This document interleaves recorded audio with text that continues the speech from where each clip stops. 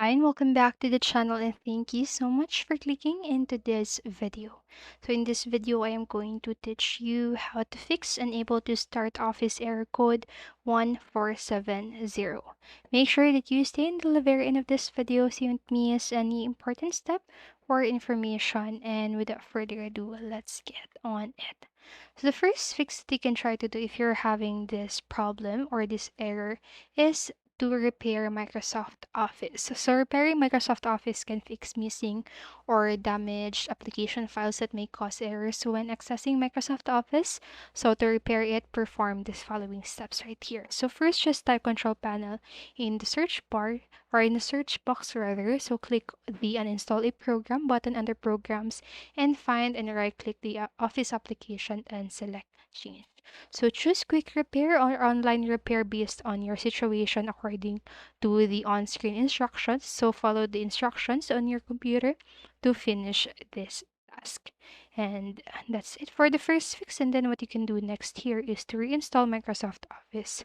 So you can also fix the unable to restart or start Microsoft Office error code 1470 by reinstalling Microsoft Office.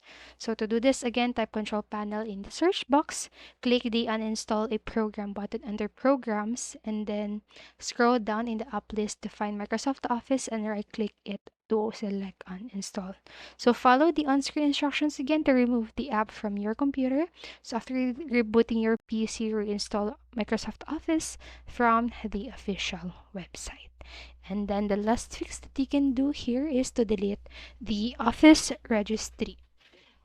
You can also try to use Registry Editor to fix the issue. So before performing any changes, you had better back up your registry items in advance.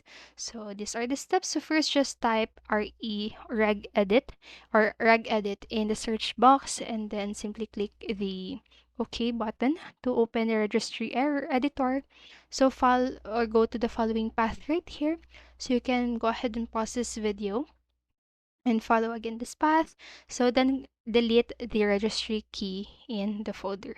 So navigate to the following path and delete the registry key in the folder. So that's it for this video, and I hope this helped you. And if it did, please make sure to like, subscribe, and hit notification bell button so you don't miss a video. Thank you so much for watching and have a great day. Bye bye.